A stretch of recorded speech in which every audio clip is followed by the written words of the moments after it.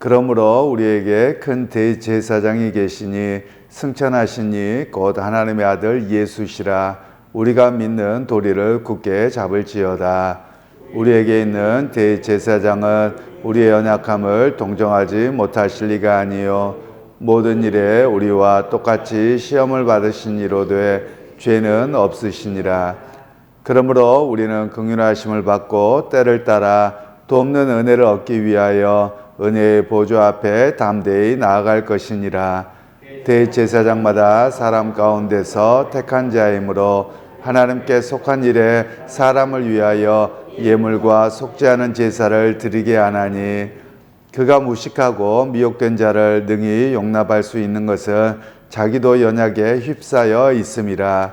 그러므로 백성을 위하여 속죄제를 드림과 같이 또한 자신을 위하여도 드리는 것이 마땅하지나, 이 존귀는 아무도 스스로 취하지 못하고 오직 아론과 같이 하나님의 부르심을 받은 자라야 할 것이니라. 또한 이와 같이 그리스도께서 대제사장 되심도 스스로 영광을 취하심이 아니요 오직 말씀하신 이가 그에게 이르시되 너는 내 아들이니 내가 오늘 너를 낳았다 하셨고, 또한 이와 같이 다른 데서 말씀하시되 내가 영원히 멜기세덱의 반차를 따르는 제사장이라 하셨으니, 그는 육체에 계실 때에 자기를 죽음에서 능히 구원하실 이에게 심한 통곡과 눈물로 간구와 소원을 올렸고 그의 경건하심으로 말미암아 들으심을 얻었느니라. 그가 아들이시면서 받으신 고난으로 순종함을 배워서 온전하게 되셨은즉 자기에게 순종하는 모든 자에게 영원한 구원의 근원이 되시고, 하나님께 멜기세덱의 반차를 따른 대제사장이라 칭하심을 받으셨느니라. 아멘. 오늘 말씀은 은혜의 보좌 앞에 나아감이라는 제목으로 함께 말씀을 나누겠습니다. 히브리서에서는 유대적 배경을 가진 이들에게 그들이 과거로 회귀하는 유대교로 회귀하는 모습에 대해서 예수 그리스도가 누구인가에 대한 구약의 성취로서 오신 분임을 자세하게 설명을 합니다. 그래서 그 믿음의 도리에서 흔들리지 아니하고 굳게 붙잡도록 하는 말씀입니다. 그러면서 유대 백성들에게 있어서 당시에 크게 두 가지의 종교적인 모습이 있었습니다. 하나는 성전을 중심으로 하는 성전 공동체라고 말할 수 있고요. 또 하나는 회당 공동체입니다. 그러면 어떤 것이 더 영향력이 있었냐면 일반적으로는 회당의 영향을 더 많이 받았습니다. 왜 그러냐면 예루살렘에만 성전이 있는 것이어서 성전을 매번 올라갈 수 있는 것은 아닙니다. 물론 예루살렘에 사는 사람들은 성전에 자주 올라가겠지만 주변 지역이나 또는 갈릴리에 사는 사람들은 자주 갈 수가 없지요. 그래서 규정이 되어지기를 남자들만 1년에 3번 성전에 올라가서 제사를 드리면 되는 것으로 규정이 되었습니다. 그리고 그들에게 더 중요한 것은 회당에서 매번 안식일마다 또는 그들 가운데 새벽기도도 있었던 것으로 보이고요. 그리고 아침기도, 오후기도, 정오기도, 오후기도에서 매번 그렇게 기도의 시간이 있었습니다. 그래서 그들에게 가장 중요한 것은 회당 공동체로 해서 그들의 말씀의 훈련과 또 율법을 지킴에 대한 내용들이 있었고, 그리고 성전에는 1년에 3번 올라가서 하나님께 제사를 드림에 대한 고백들을 하고 있었습니다. 그러다 보니 그들의 신앙에 장점도 있었지만 단점도 생겨집니다. 그게 뭐냐면 성전에 대한 막연한 기대감만 있는 것입니다. 그런 가운데서 오늘 본문에서는 그런 이야기를 하는 것이죠. 예수 그리스도가 과연 누구이시냐, 영원한 대제사장이 되신다라는 이야기를 합니다. 그러면서 예수님에 대한 비교를 하면서 지금의 대제사장과 예수님을 비교해 보면 그것은 비교할 수 없다라는 이야기를 하지요. 예를 들면 대제사장도 하나님 앞에 제사를 드리지만 지성소에 들어가는 것은 1년에 한 번 6월절밖에 못 들어갑니다. 그것도 자기가 대제사장이라고 해서 들어가는 것이 아니라 양의 피를 가지고 들어갑니다. 양의 피로 가지고 들어가기 전에 먼저 해야 될 게 있습니다. 그것은 자기를 위한 속죄제입니다. 하나님, 나도 죄인이어서 하나님, 나도 이 양에게 죄를 다 이양해서 이 양이 대신 지는 것처럼 주님, 저를 용서해 주십시오. 그리고 내가 하나님 앞에 나아갑니다. 이런 고백을 했던 사람들이 여전히 대제사장들이었죠. 바로 그러면서 그 이야기를 합니다. 오늘 본문에서는 대제사장인 예수 그리스도는 친히 자기를 제물로 드리셔서 하나님 앞에 나아가심에 거리낌이 없었다. 그런데 일반 인간 대제사장은 어떻게 하느냐? 끊임없이 하나님 앞에 나아갈 때 자기의 죄를 속해야 되는 죄인에 불과하다라는 이야기를 합니다. 그러면서 우리가 믿는 그 예수 그리스도는 정말 큰 대제사장이어서 그분의 은혜와 능력으로 하나님의 은혜의 보좌 앞에 나아갈 수 있는 길을 얻었다라고 말씀을 합니다. 우리가 보통 보좌라고 이야기를 하면 어떤 왕이 어떤 일을 할 때 집무실은 아니고요. 이 일은 보통 다른 데 집무실에서 하지만 왕이 대신들을 모아놓고 어떤 중요한 행사나 또한 중요한 결정 또는 심판을 할 때, 재판을 할 때 앉는 곳을 보좌라고 이야기를 합니다. 그러니까 보좌 그러면 심판을 먼저 떠올리는 것도 옳은 일인 것 같습니다. 그런데 그 보좌 앞에 나아가는 길은 두려운 길입니다. 왜냐하면 내가 옳은 일인지 그른 일인지 심판을 받아야 될 자리이기 때문에 어려운 일이고, 또 사실 그 자리에서 이 죄인된 우리가 보좌 앞에 나간다는 것은 하나님의 심판에 나가는 겁니다. 즉 우리가 죽을 수밖에 없는 것이죠. 그런데 그 보좌가 이제는 심판의 보좌가 아니라 은혜의 보좌로 바뀌어졌다라고 말씀합니다. 왜냐하면 예수 그리스도께서 친히 십자가에 못 박혀 죽고 부활하심으로 말미암아 이제는 우리가 의를 덧입었기 때문에 결코 두렵고 떨림으로 나가는 것이 아니라 자랑스럽게 하나님 앞에 언제든지 나아갈 수 있는 길이 열렸다라는 것을 이야기를 합니다.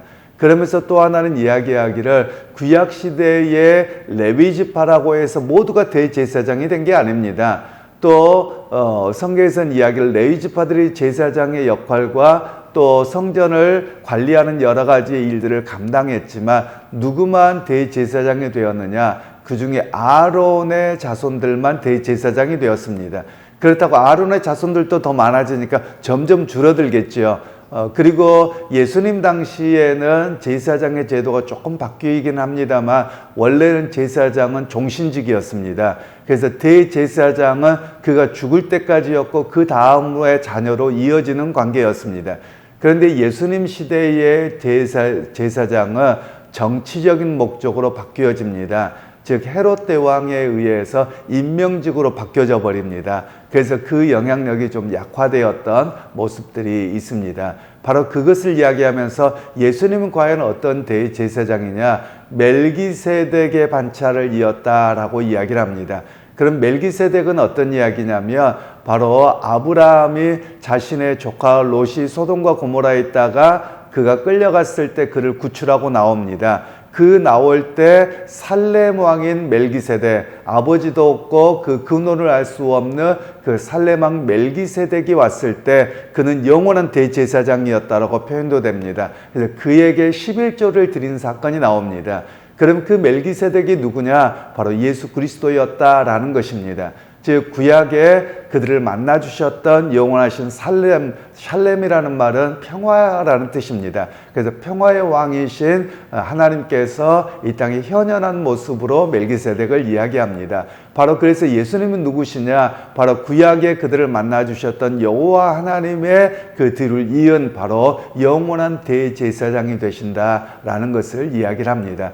그러니까 이스라엘 백성들, 유대 백성들에게는 인간 대제사장과 멜기세덱의 뒤를 이은 이 대제사장 비교할 수 없는, 범접할 수 없는 그런 분이다라는 것을 이야기합니다.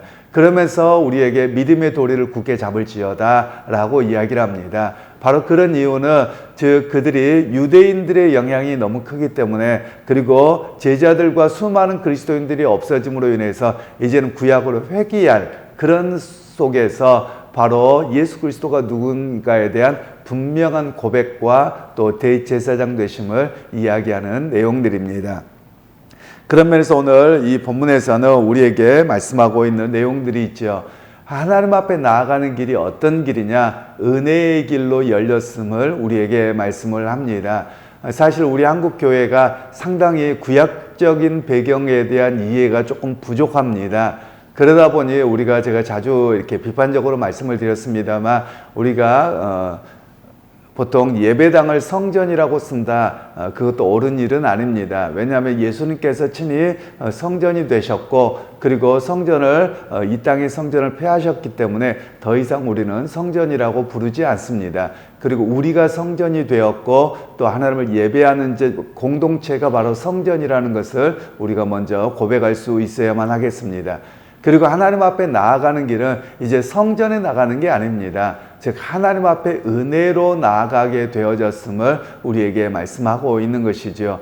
그러기에 여러분, 우리가 또 제단을 쌓는 게 아닙니다. 구약의 배경에서는 사실 제단을 쌓는다는 표현도 이거는 굉장히 좀 문제가 있는 표현입니다. 왜냐하면 구약의 열왕기하기나 역대하게 보면 그 산당을 다 폐하라고 합니다. 즉 이스라엘 백성들이 성전 중심의 제사가 아니라 자기가 원하는 대로 여기저기다 산에 올라가거나 아니면 좀 괜찮은 곳에다가 제단을 쌓고 거기서 제사를 드리고 기도를 드립니다. 근데 이게 우상숭배적인 요소여서 사실은 산당을 다 폐하게 하는 그런 사건들이 계속해서 구약 후반부에 나옵니다. 그래서 제단을 쌓는다는 말은 공로주의가 되는 것이고 우상숭배적인 요소여서 사실 제단을 쌓는다는 표현은 우리의 기독교적 신앙적으로 옳지 않습니다. 그리고 우리가 제사를 지내지도 않습니다. 우리는 하나님 앞에 은혜의 보좌 앞에 담대히 나아가 예배하는 것입니다. 그리고 제단을 쌓는다 또는 성전을 내 제사를 드린다라는 말은 두려운 심판의 하나님의 눈을 가린다는 겁니다. 그래서 하나님 앞에 제물을 드려서 하나님 나를 심판하지 말고 봐주세요. 이런 개념이 제사의 개념입니다. 그런데 오늘 우리가 드리는 예배는 그런 제사의 개념이 아닙니다. 하나님의 은혜로 말미암아 이제는 우리가 심판을 받을 존재가 아니라 하나님의 은혜와 사랑을 입은 아들과 딸이 되었기 때문에 언제든지 자유롭게 하나님 앞에 나아갈 수 있는 길을 얻은 사람들입니다. 그러기에 우리는 제사를 드리는 것이 아니라 하나님께 예배하고 기뻐하는 축하의 자리가 바로 예배라고 말할 수 있는 것입니다. 그래서 여러분, 오늘 우리가 신앙이 좀 더 성숙해서 예배가 축제의 자리가 되어야 되고요, 예배가 하나님께 나아가서 기쁨의 자리, 은혜의 자리, 하나님과 함께하는 자리가 되어야 됨을 오늘 히브리서 기자는 우리에게 말씀하고 있는 내용입니다. 그래서 여러분, 오늘 우리의 좀 잘못된 구약적인 배경들을 좀 벗어나서 히브리서의 말씀을 통해서 바르게 깨닫고, 또 우리가 과거로 회귀하거나 또는 옛날의 방식 이런 것들에 매이지 아니하고 하나님 앞에 나아가면 얼마나 큰 은혜인가, 그리고 주님 앞에 나아가서 은혜를 누리고 함께 할 수 있는 기쁨의 그 예배가 될 수 있는, 또 예배의 모임이 될 수 있는 그런 교회 공동체가 되어야만 하겠습니다. 그래서 여러분, 오늘 또 우리가 하나님 앞에 나아갑니다. 그리고 주어진 삶을 살아갑니다. 내 삶 자체가 구약에서는 신약에서는 예배에 대한 것을 두 가지로 이야기합니다. 정해진 예배 시간은 어찌 보면 축제의 시간과 같은 기쁨의 예배의 시간이고, 그리고 삶의 제사를 이야기합니다. 즉 삶 그 자체가 주님의 은혜로 성령을 통해서 동행하심을 통해 하나님 앞에 살아가는 삶 그 자체가 바로 예배입니다 라는 고백이 로마서에서 말씀하고 있는 예배자의 자세입니다. 그래서 여러분, 오늘 우리가 어디에서든지 나는 하나님의 아들입니다, 하나님의 딸입니다, 그런 고백 속에서 두렵고 떨림으로 살지 않기를 소원합니다. 특별히 우리가 한국 사회에서 변해야 될 것 중에 하나가 무엇이냐면, 자신의 육신이 아프거나 집안에 좀 어려운 일들이 생기면 하나님 앞에 벌 받아서 그래 라는 생각들이 은연중에 있는 것 같습니다. 여러분, 물론 그런 차원도 있을 수는 있습니다. 전혀 부인할 수는 없는 부분이 있기는 하지만, 그러나 하나님께서는 여러분 뭘 조금 잘못했다고 하나님이 때리고 심판하고 이런 분 아닙니다. 하나님께서는 당신의 독생자를 내어주기까지 우리를 사랑하신 분입니다.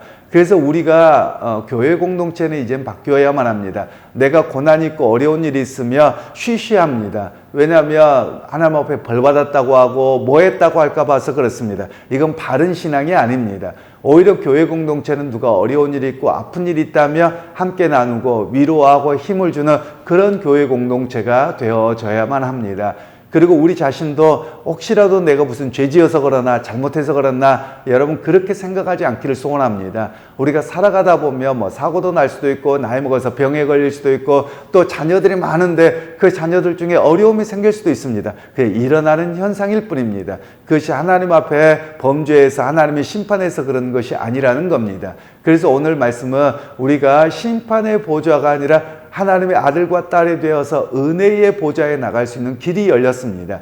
그래서 여러분 우리가 구약적인 또는 우리 한국의 무속 종교적인 요소에서 벗어나서 언제든지 아버지 앞에 나갈 수 있고 그 은혜를 누릴 수 있음에 오늘 또 우리의 생각이 바뀌기를 원하고요. 그 은혜를 누릴 수 있기를 소원합니다. 그래서 하나님께서 나의 아버지가 되셨고 또 나의 기쁨이 되셨고 은혜가 되셔서 언제든지 흔들리지 아니하고 하나님께 의지하고 살아갑니다. 이런 기쁨의 은혜가 또 은혜를 누림의 고백이 오늘 우리의 고백이 될 수 있기를 주님의 이름으로 축원합니다. 아버지 하나님 은혜를 감사합니다. 오늘도 주님의 십자가의 은혜로 말미암아 아버지 앞에 나갈 수 있는 길이 열렸습니다. 이제는 심판이 아니라 무서움이 아니라 두려움이 아니라 하나님 앞에 은혜로 기쁨으로 나아갈 수 있는 길이 열려서 우리가 그것을 누릴 수 있기를 소원합니다.